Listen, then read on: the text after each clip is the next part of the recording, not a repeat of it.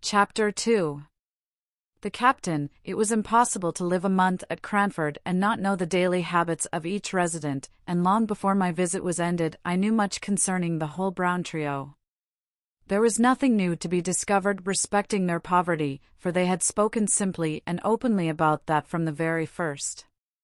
They made no mystery of the necessity for their being economical.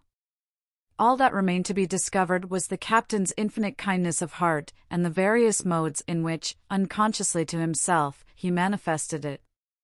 Some little anecdotes were talked about for some time after they occurred.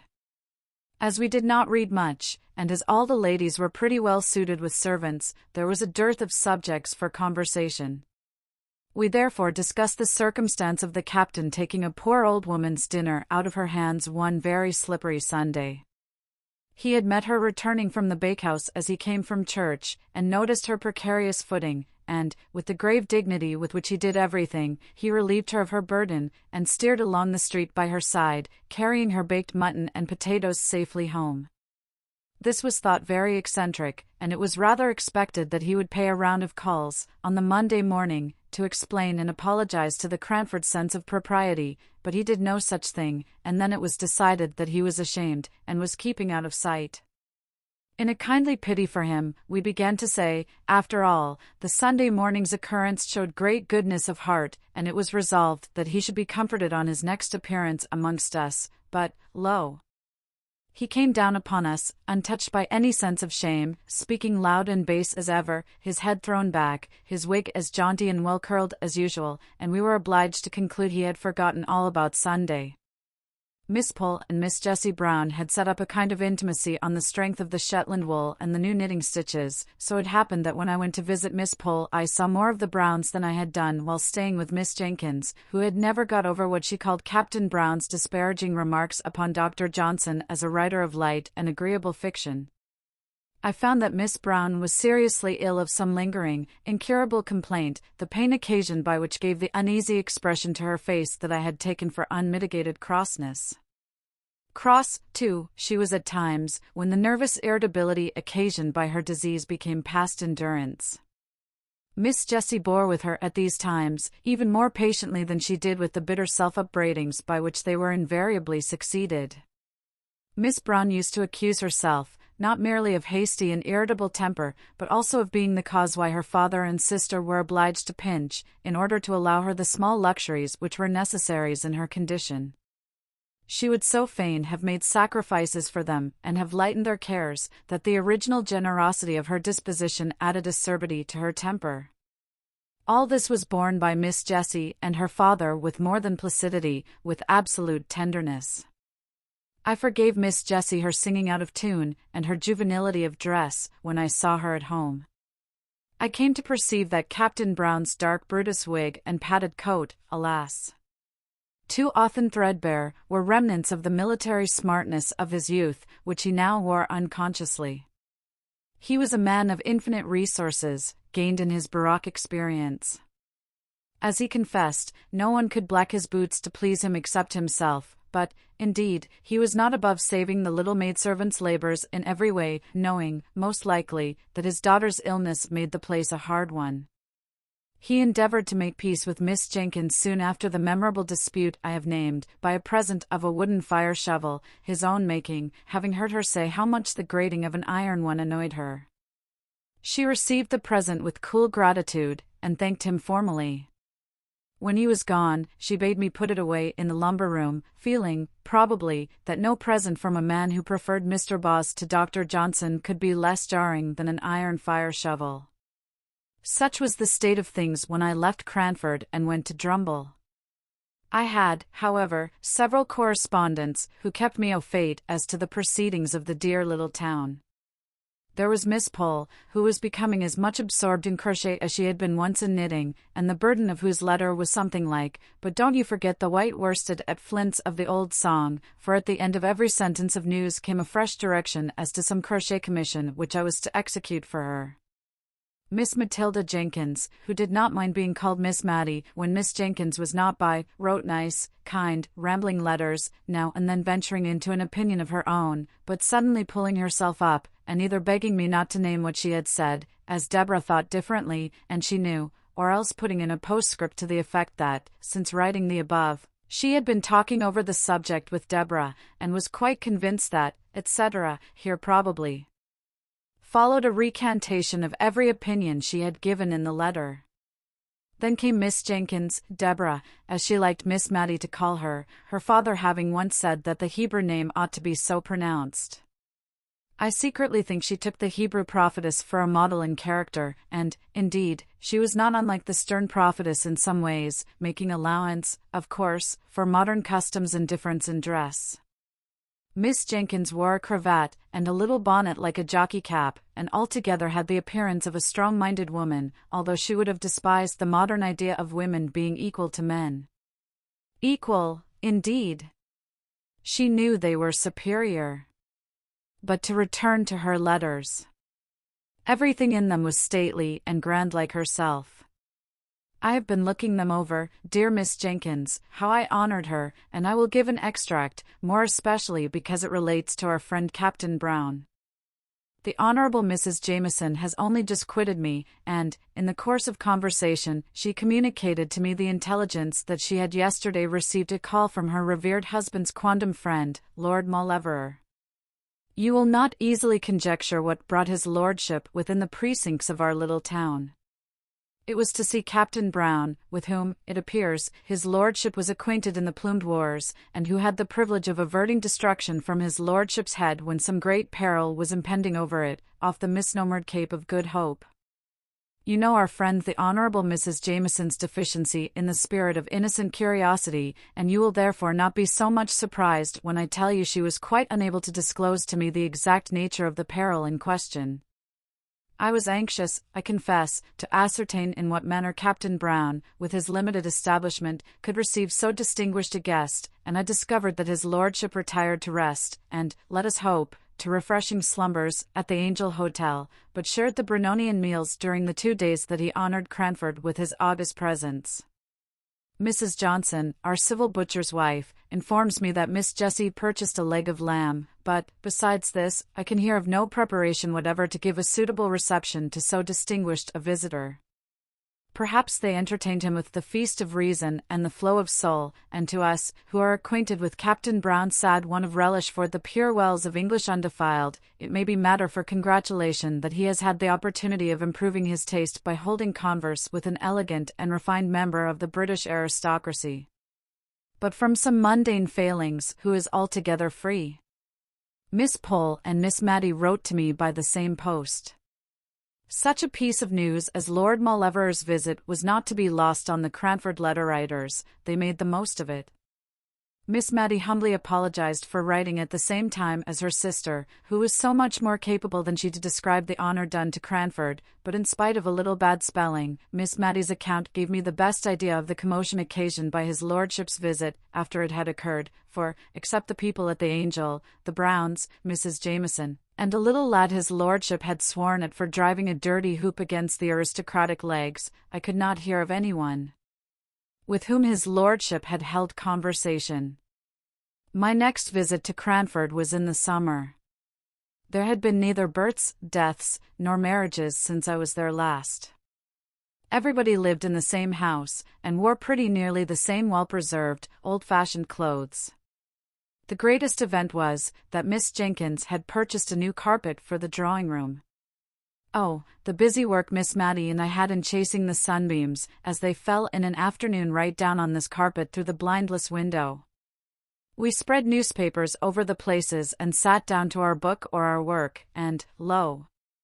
In a quarter of an hour the sun had moved, and was blazing away on a fresh spot, and down again we went on our knees to alter the position of the newspapers.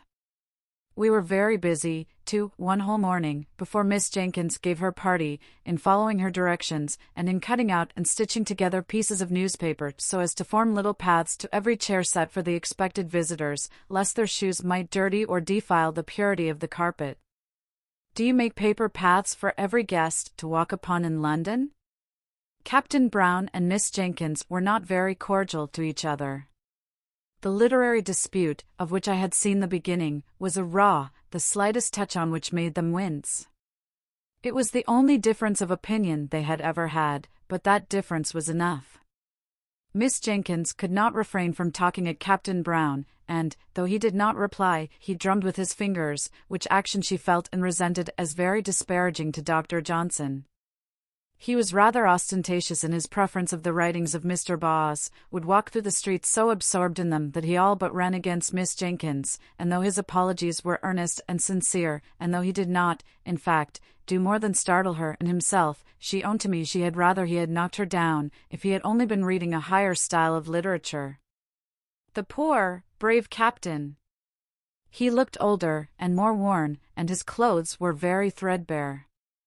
But he seemed as bright and cheerful as ever, unless he was asked about his daughter's health. She suffers a great deal, and she must suffer more. We do what we can to alleviate her pain. God's will be done. He took off his hat at these last words. I found, from Miss Matty, that everything had been done, in fact.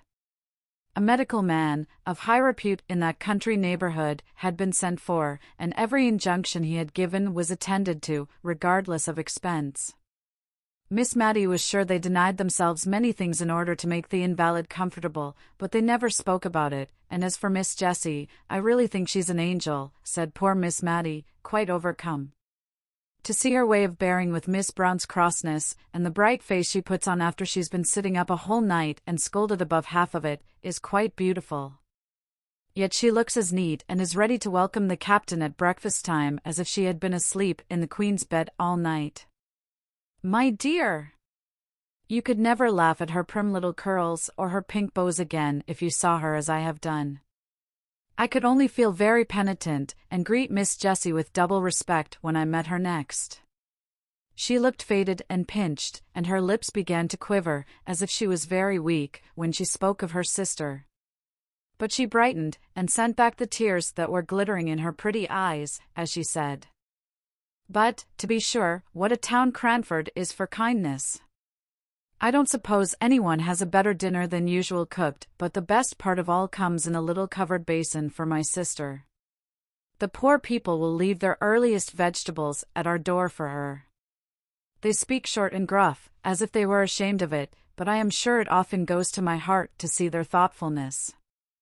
The tears now came back and overflowed, but after a minute or two she began to scold herself, and ended by going away the same cheerful Miss Jessie as ever. "But why does not this Lord Mauleverer do something for the man who saved his life?" said I. "Why, you see, unless Captain Brown has some reason for it, he never speaks about being poor, and he walked along by his lordship looking as happy and cheerful as a prince, and as they never called attention to their dinner by apologies, and as Miss Brown was better that day, and all seemed bright, I dare say his lordship never knew how much care there was in the background.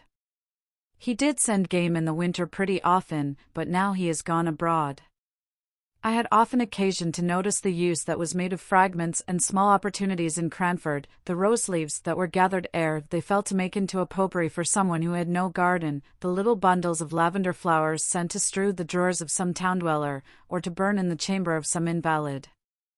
Things that many would despise, and actions which it seemed scarcely worth while to perform, were all attended to in Cranford. Miss Jenkins stuck an apple full of cloves, to be heated and smelled pleasantly in Miss Brown's room, and as she put in each clove she uttered a Johnsonian sentence. Indeed, she never could think of the Browns without talking Johnson, and, as they were seldom absent from her thoughts just then, I heard many a rolling, three-piled sentence. Captain Brown called one day to thank Miss Jenkins for many little kindnesses, which I did not know until then that she had rendered. He had suddenly become like an old man, his deep bass voice had a quavering in it, his eyes looked dim, and the lines on his face were deep. He could not speak cheerfully of his daughter's state, but he talked with manly, pious resignation, and not much. Twice over he said, "What Jessie has been to us, God only knows," and after the second time, he got up hastily, shook hands all round without speaking, and left the room. That afternoon we perceived little groups in the street, all listening with faces aghast to some tale or other. Miss Jenkins wondered what could be the matter for some time before she took the undignified step of sending Jenny out to inquire. Jenny came back with a white face of terror. "Oh, ma'am! Oh, Miss Jenkins, ma'am! Captain Brown is killed by them nasty cruel railroads, and she burst into tears. She, along with many others, had experienced the poor captain's kindness. How? Where? Good God! Jenny, don't waste time in crying, but tell us something. Miss Mattie rushed out into the street at once, and collared the man who was telling the tale. Come to my sister at once, Miss Jenkins, the rector's daughter. Oh, man. Say it is not true, she cried, as she brought the affrighted Carter, sleeking down his hair, into the drawing room, where he stood with his wet boots on the new carpet, and no one regarded it. Please, Mum, it is true. I seed it myself, and he shuddered at the recollection. The captain was reading some new book as he was deep in waiting for the down train, and there was a little lass as wanted to come to its mammy, and gave its sister the slip, and came toddling across the line. And he looked up sudden, at the sound of the train coming, and seed the child, and he darted on the line and cotched it up, and his foot slipped, and the train came over him in no time. Oh Lord!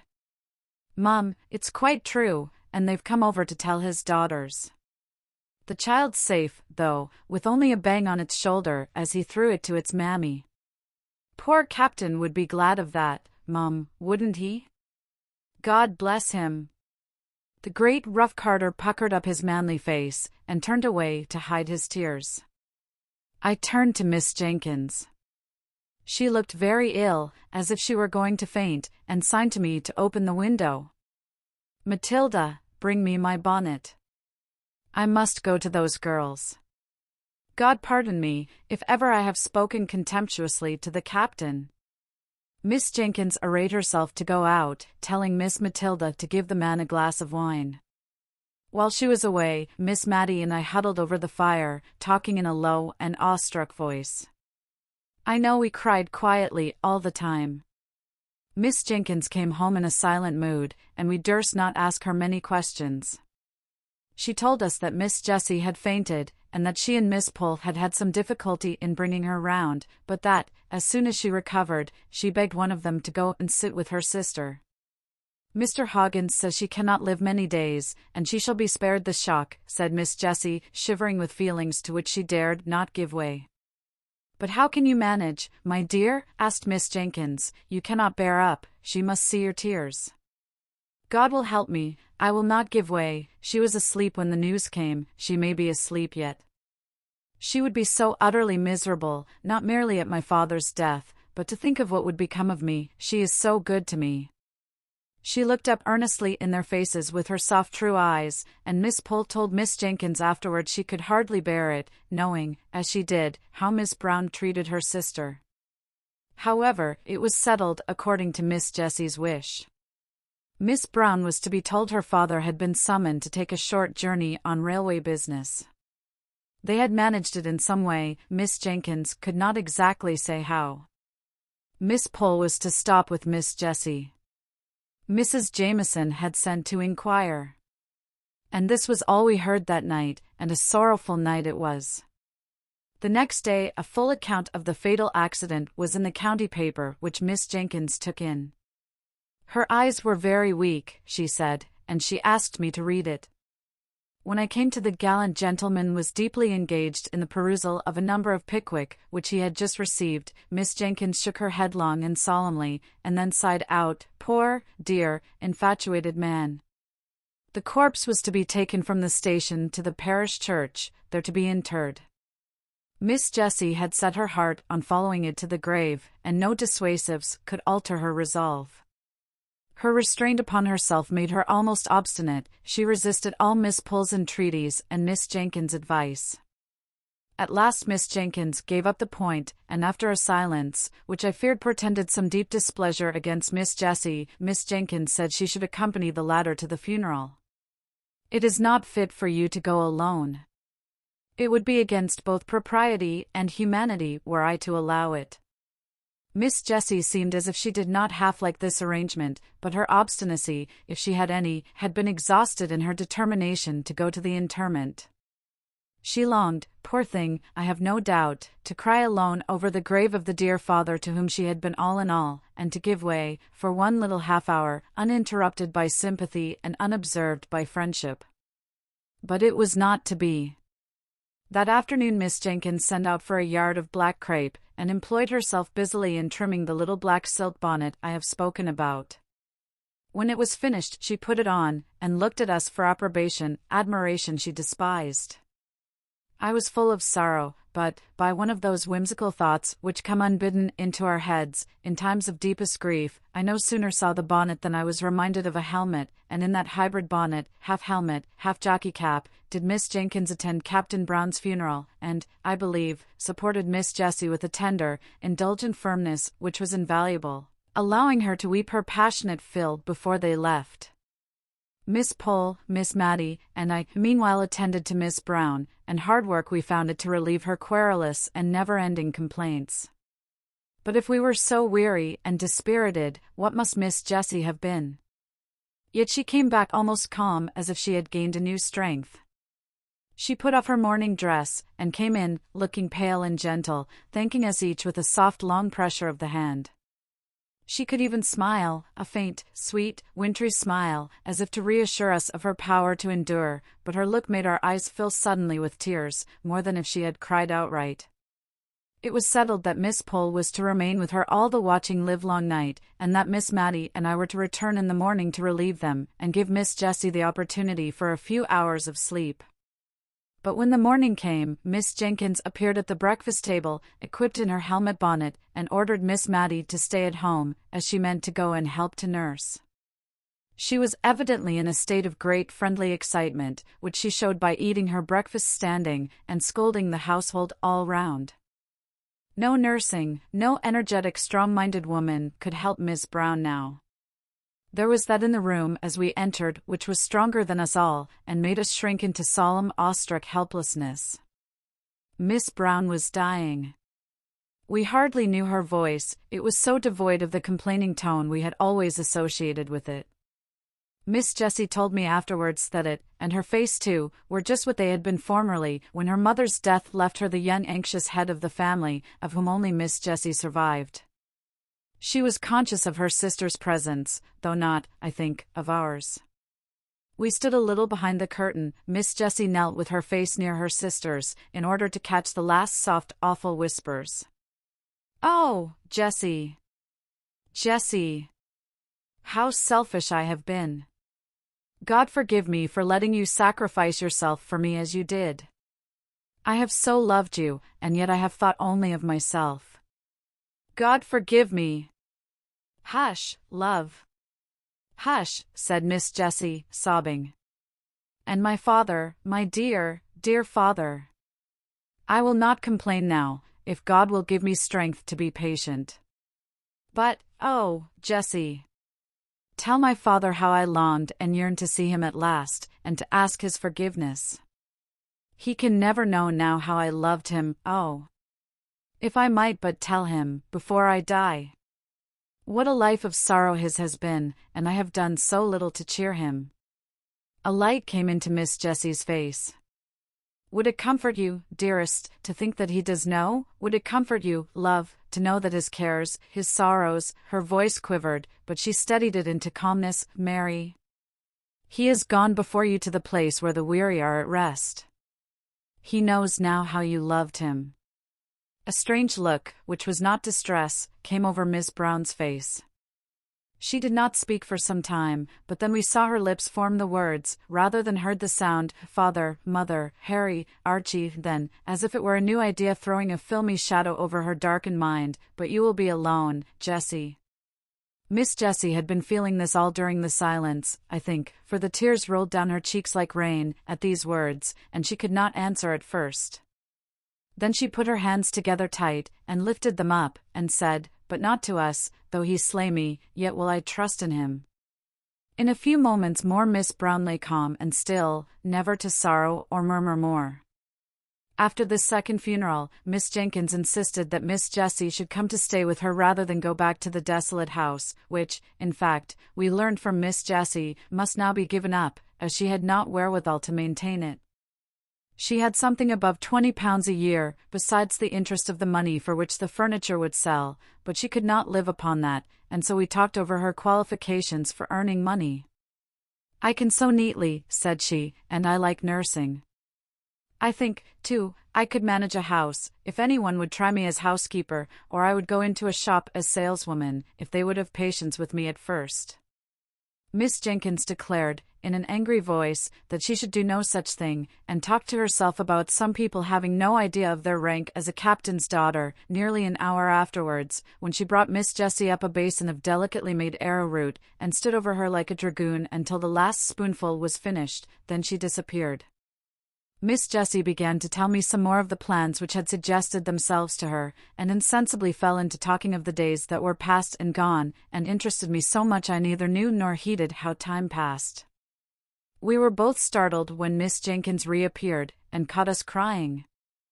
I was afraid lest she would be displeased, as she often said that crying hindered digestion, and I knew she wanted Miss Jessie to get strong, but, instead, she looked queer and excited, and fidgeted round us without saying anything. At last she spoke.